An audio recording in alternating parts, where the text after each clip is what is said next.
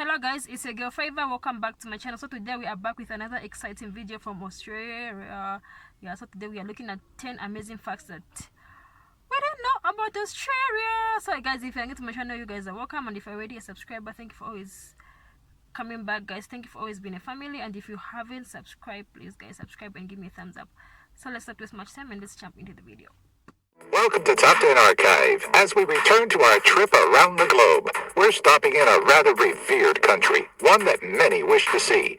As we digitally travel to the land down under, we're going to meet 300 jolly surfers. We'll see what Mama's got cooking for all your Wally siblings.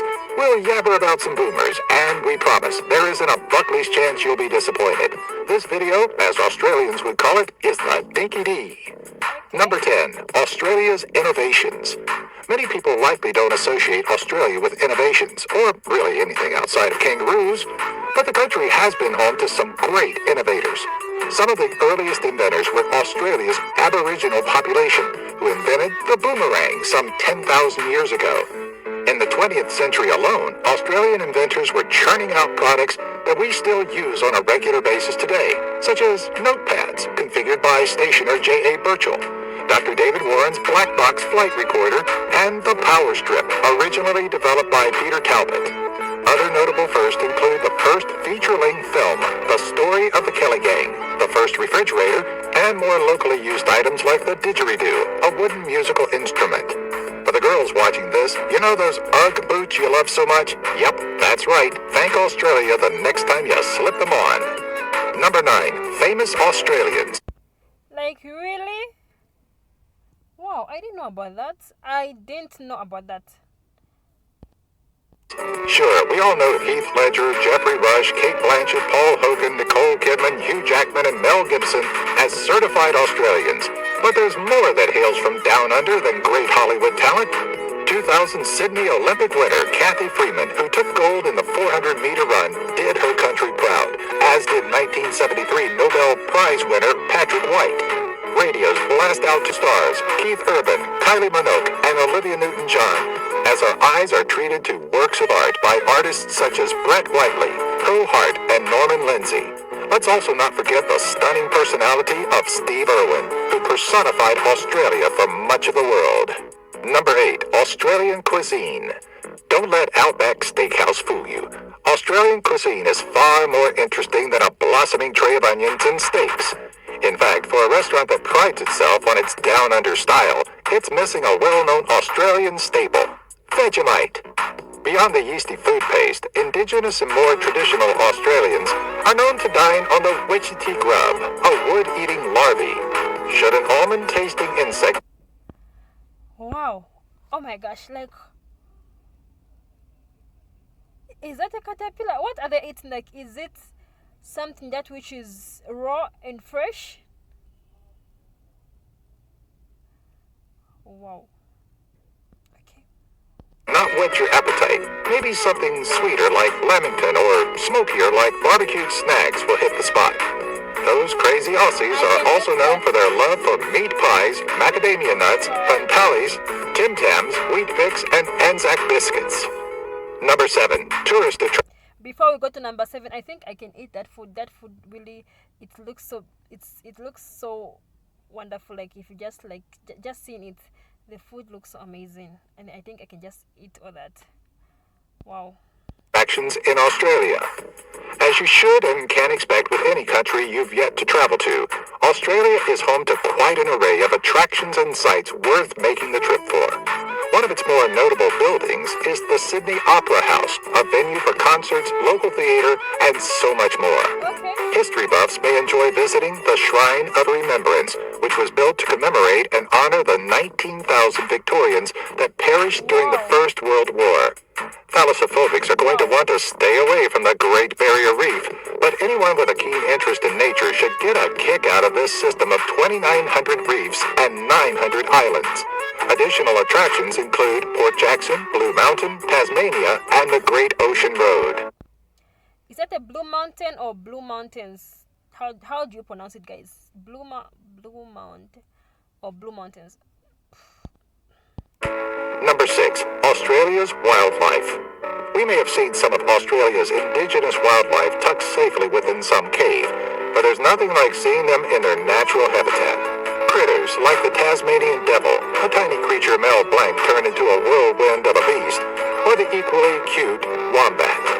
We'd be doing a disservice to not name the expected animals like the kangaroo, koala, or baby-eating dingo. But we also don't want to leave out the tiny kookaburra, or the long-nosed fur seal, found on the southern coast of Australia. There is, of course, the myriad of deadly creatures like the cone snail, cassowary, stonefish, just to name a few. Oh, and how did we forget the platypus, the beaver's ugly cousin? Or is the beaver the platypus's ugly cousin? How do you name something like an ugly cousin? I think that, I'll not say much about that, but yeah, it's truly ugly. Ugly. Well, actually, according to experts, they aren't related at all, as the platypus is only related to one other animal in the rare monotreme family, the echidna. So yeah, that joke didn't go as expected. Blame the writers. Number 5, Australian Gold Rush. The United States of America isn't the only country to have experienced a gold rush. During the 19th century, specifically 1851, Edward Hargreaves stumbled across a small speck of gold near Bathurst. Post-discovery, Hargreaves, dubbed the gold site Ophir, was named commissioner of the land, received a life pension, and inadvertently started a gold rush in Australia. By 1852, 370,000 immigrants landed in Australia in hopes of cashing in on the boom in mining. As it usually is when money is involved, tensions rose between the miners and authorities over goldfield licensing, leading 1,000 men proclaiming an oath at the Eureka Stockade to defend their rights and liberties. After intervention from Melbourne troops, 22 of the 1,000 were killed and Eureka was reclaimed. Number 4, Australian Before we go to number 4, guys, when you talk about gold, you can come to Africa. Africa has gold, like gold. In 1856, the states of Victoria and South Australia introduced a new system of voting that many countries still utilize today. Dubbed the Australian ballot and later the secret ballot, this voting method made it possible for voters to be able to cast a ballot in privacy. As the protection of the voters became a growing concern across the globe, the United States and parts of Europe adopted the Aussie means of voting. Traditionally, the means of privacy is a ballot box or booth of a specific dimension. The voters are given uniform cards and a uniform means of marking said card. More modern voting methods have turned to electronic methods, which tend to be under constant scrutiny in the United States. Number 3, Australian holidays. Okay, but I think before we go to number 3, about the voting part, yeah, I think even in Africa, that's how we do it. Like, voting has to be privacy. Like, if you're voting for someone, it has to be privacy. Someone has that privacy whereby you vote for someone and you just go and put it in the box. Yeah, that's actually true, and it's everywhere. We also do that as Africans. But I think Australia, I think Australia is just naturally just a good country. I feel like I just want to live in Australia. I just want to be in Australia because there are so many amazing things about Australia that I'm learning, guys. And I just feel like being in Australia. So, if there is a country that I can be thinking of, just to go and visit or maybe to settle down, I think Australia is a great country. Despite being seemingly in its own world, the country of Australia and the people that devote themselves to it have experienced loss during some of the world's most trying times. To commemorate those that gave their lives during the First World War, which is the first major military action fought by both Australian and New Zealand forces, Aussies celebrate Anzac Day. Anzac Day specifically points towards the landing of Gallipoli on April 25, 1915. During the battle on the peninsula, Australia saw a loss of 8,000 soldiers against the Turkish defenders, who wound up pushing Allied forces into a defeat. For both Australia and New Zealand, the battle molded a legendary image for the members of the Australian and New Zealand Army Corps. Number 2, World Records. When it comes to world records, Australia is an... Wow, that's really sad. Like all those soldiers. Oh my gosh, that's really sad. Whew. World War. Except from these feats, even when it comes to comedic value.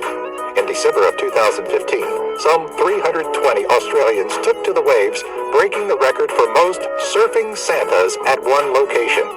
In November of 2015, David Richards broke a record for most bulbs on a Christmas tree by stringing 518,838 LED lights on a 22-meter or 72-foot tree in Canberra to raise money for families affected by sudden infant death syndrome.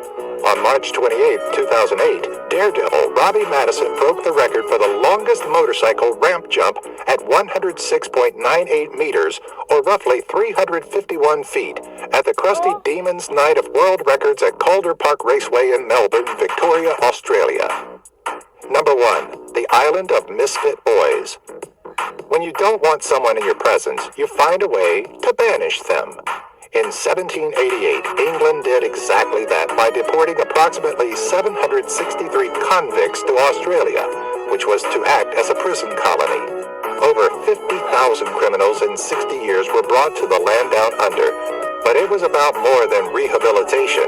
In fact, it was widely believed by England's upper class that criminals were defective, could not be rehabilitated, and simply needed to be separated from those that lacked such defects.